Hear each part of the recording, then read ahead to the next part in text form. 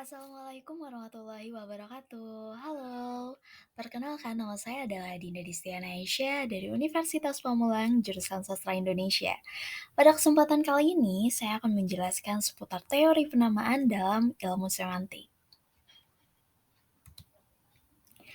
Teori penamaan ini dikemukakan oleh seorang linguis bernama Abdul Chair dalam bukunya yang berjudul Pengantar Semantik Bahasa Indonesia. Menurut Chair, dalam bukunya pada tahun 2009 pada halaman 43, penamaan merupakan pembentukan suatu konsep dengan menjadikan aspek di luar bahasa sebagai referensi. Seperti yang kita ketahui bersama bahwasanya benda-benda, tempat, manusia yang ada di sekitar kita, semuanya pasti memiliki nama tersendiri. Nama tersebut tentu saja mengalami proses penamaan dengan adanya aspek dari luar bahasa yang mempengaruhi terbentuknya nama tersebut. Sehingga nama yang saat ini kita kenal itu merupakan hasil kesepakatan bersama. Teori penamaan ini sangat penting untuk diketahui agar kita dapat mengidentifikasikan hal-hal di luar bahasa yang mempengaruhi suatu penamaan. Dengan mengenal teori penamaan milik Abdul Chail ini, akan membantu kita untuk mengetahui makna di balik suatu nama. Adapun proses penamaan dalam teori Abdul-Chair yang dimuat dalam buku terbitan 2009 ini, terdapat 9 proses penamaan. Berikut ini adalah penjelasan lebih detailnya, tolong diperhatikan ya. Yang pertama adalah peniruan bunyi atau onomatope. Bahasa Indonesia yang sering kita kenal itu memiliki beragam kata yang dihasilkan dari peniruan bunyi loh. Artinya, nama-nama tersebut diberikan berdasarkan bunyi-bunyi yang dihasilkan dari benda tersebut gitu. Jadi suatu benda menghasilkan bunyi yang khas sehingga dipakai untuk menjadi nama dalam penamaan tersebut. Nah, misalnya nih peniruan bunyi untuk anjing jadi guguk atau kucing meong-meong, ayam kukuruyuk. Nah, seperti itu ya contohnya. Jadi tiruan bunyi juga sering digunakan oleh manusia setiap kali bercerita gitu. Jadi perumpamaan gitu. Nah, menurut Abdul Chair, pada halaman 45, penamaan berdasarkan tiruan bunyi cenderung untuk menunjukkan bunyi yang dihasilkan dari benda tertentu, walaupun seringkali tiruan bunyi yang dihasilkan tidak sama persis. Jadi, kalau misalnya teman-teman semua menemukan penamaan tempat atau benda yang mirip suaranya yang khas itu berarti termasuk dalam proses penamaan peniruan bunyi atau onomatope. Yang kedua adalah proses penamaan penyebutan bagian. Penamaan dengan penyebutan bagian itu merujuk pada bagian dari suatu hal, konsep, benda dengan maksud mewakili seluruh bagian yang ada di dalam penamaan tersebut. Jadi ada satu hal dalam benda tersebut, entah konsepnya atau pokoknya ada satu hal dalam benda tersebut itu yang mewakili dari penamaannya. Jadi secara singkat penamaan dengan penyebutan bagian dengan satu kata ini sederhana yang mewakili seluruh aspek dalam kata tersebut. Penamaan pada suatu benda atau konsep yang menggunakan jenis penyebutan bagian biasanya akan didasarkan pada ciri khusus yang berkaitan pada benda atau konsep tersebut dan paling dikenal banyak orang atau bersifat umum.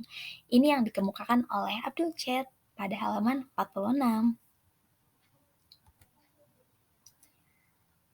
Proses penamaan yang ketiga yaitu adalah penyebutan sifat khas. Penamaan dengan penyebutan sifat khas merupakan proses perlambangan suatu benda berdasarkan sifat khas yang terdapat pada benda tersebut. Nah, misalnya nih ya, ada suatu benda, kemudian memiliki sifat khas tertentu nih. Nah, namanya itu diambil dari sifat khas yang dimiliki oleh benda tersebut. Jadi untuk mewakili bahwa benda tersebut memiliki sifat khas tertentu gitu. Nah, menurut Abdul Hair, fakta tersebut menunjukkan bahwa adanya peristiwa semantik karena proses penamaan dengan penyebutan sifat khas terjadi dengan transposisi makna dalam penggunaannya, yaitu perubahan kata benda yang didasari oleh kata sifat. terdapat pada bukunya pada halaman 46. Biasanya pada suatu konsep atau benda memiliki ciri sifat tersendiri yang selalu melekat ya, pasti ya. Dengan jenis penamaan penyebutan sifat khas, maka dapat menunjukkan atau perwakilan dari sifat khas dari konsep tersebut. Nah, saya punya satu contoh nih, penamaan tempat usaha berdasarkan sifat khas yang ditemukan di sekitar Universitas Pamulang. Nah, ini namanya adalah Tanoshi. Kita bisa lihat gambarnya di layar. Ini adalah tempat usaha makanan, namanya Tanoshi. Kenapa diambil dari nama Tanoshi? Menurut hasil wawancara bahwa nama Tanoshi ini merupakan bahasa Jepang yang artinya adalah kebahagiaan dan kepuasan. Sehingga nama tersebut diambil dengan tujuan agar makanan yang disajikan atau yang dijual itu memberikan kebahagiaan dan kepuasan untuk pembelinya. Nah, ini termasuk contoh dari sifat khas karena sifat sifat khas dari nama Tanoshi itu adalah kebahagiaan dan kepuasan. Seperti itu. Kemudian proses penamaan yang keempat berdasarkan penemu dan pembuat. Nah, penamaan berdasarkan penemu dan pembuat adalah hal yang paling sering terjadi ya pastinya, karena dianggap sebagai suatu langkah untuk mendeskripsikan identitas dari aspek yang melatar belakanginya. Itu menurut Abdul Her pada halaman 47. Contoh-contoh benda yang diberi nama berdasarkan nama penemu atau pembuatnya, misalnya itu adalah diesel yang ditemukan oleh Rudolf Diesel, atau misalnya kondom yang dibuat oleh seorang ilmuwan bernama Dr. Kondom. Kemudian, bentuk penamaan berdasarkan penemu dan pembuat juga dapat ditemukan pada tempat usaha. Misalnya nih, geprek bensu yang berasal dari nama pembuatnya, yaitu Ruben Onsu, bensu. Kemudian ada juga contoh yang lain seperti yang bisa kita lihat di layar, itu ada nama tempat usaha yang masih berada di sekitar Universitas Pamulang yaitu Kedai Rena. Nah, Kedai Rena ini merupakan milik dari seseorang bernama Rena. Kemudian ada juga Babe Udin tuh, Warung Gusti, Kantin Vita, dan segala macam. Nah, nama-nama tersebut merupakan nama pembuat dari tempat usaha yang ada di sekitar kita. Dan mungkin ada lebih banyak lagi, sehingga teman-teman bisa mendeskripsikan sendiri. Yang selanjutnya adalah proses penamaan berdasarkan tempat asal. Penamaan berdasarkan tempat asal ialah proses perlambangan suatu benda atau konsep berdasarkan tempat asal benda atau konsep tersebut. Hal itu dikemukakan oleh Hare pada halaman 49. Nah, banyak banget ya, misalnya kita temukan nama-nama benda, makanan, tempat, itu berdasarkan tempat asalnya. Misalnya tahu Sumedang, berarti tahunya dari Sumedang. Atau soto Betawi, berarti sotonya dari Betawi. Atau mungkin kita bisa lihat langsung contoh di layar kita yaitu angkringan Jogja yang masih ada di sekitar Universitas Pamulang ya. Angkringan Jogja ini menurut hasil wawancara merupakan angkringan yang sengaja dibuat karena asal pemiliknya itu adalah Yogyakarta. Jadi diberi nama angkringan Jogja.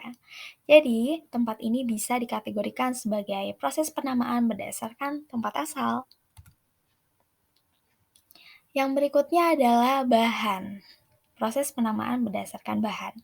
Penamaan berdasarkan bahan merupakan proses perlambangan suatu benda yang didasari oleh bahan pokok benda tersebut.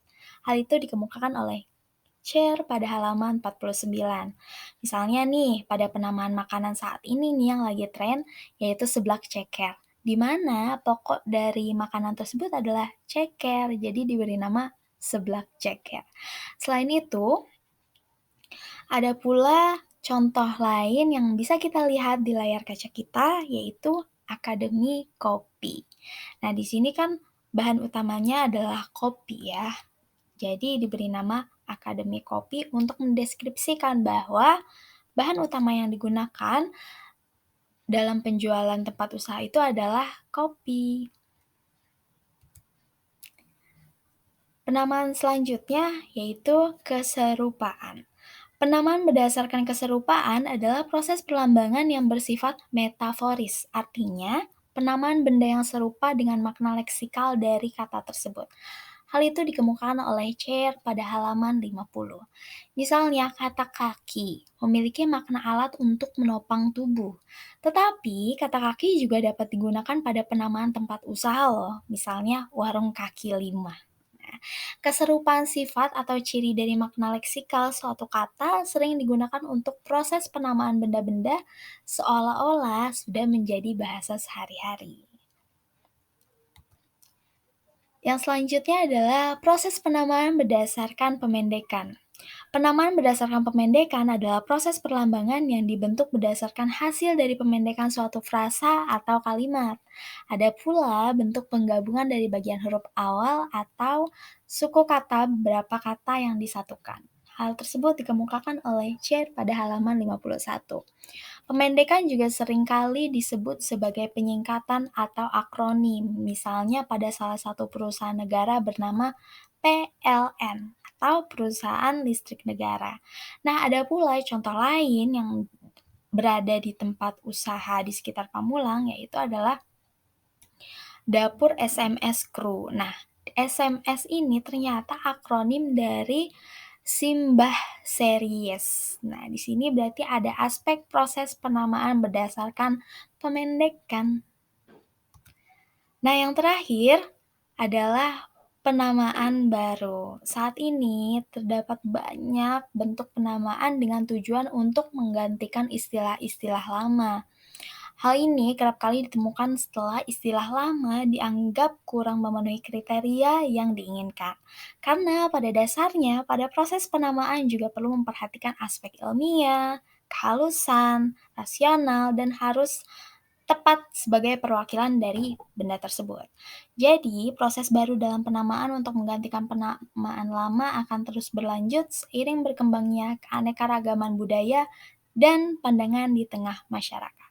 Hal tersebut dikemukakan oleh Chair pada halaman 52. Jadi penamaan baru akan terus berlangsung ketika istilah lama dianggap sudah tidak layak lagi. Contohnya bisa kita lihat di layar kita, yaitu ada kantin Happy 23. Nah, ini sebagai bentuk penamaan baru karena sebelumnya tidak ada, jadi dianggap untuk lebih mewakili atau lebih menambah kesegaran dalam penamaan tersebut. Akhirnya kita sampai di penghujung kesempatan ini. Terima kasih untuk para teman-teman yang sudah menyaksikan video ini sampai selesai. Semoga ilmunya bermanfaat dan dapat dipahami. Bye-bye.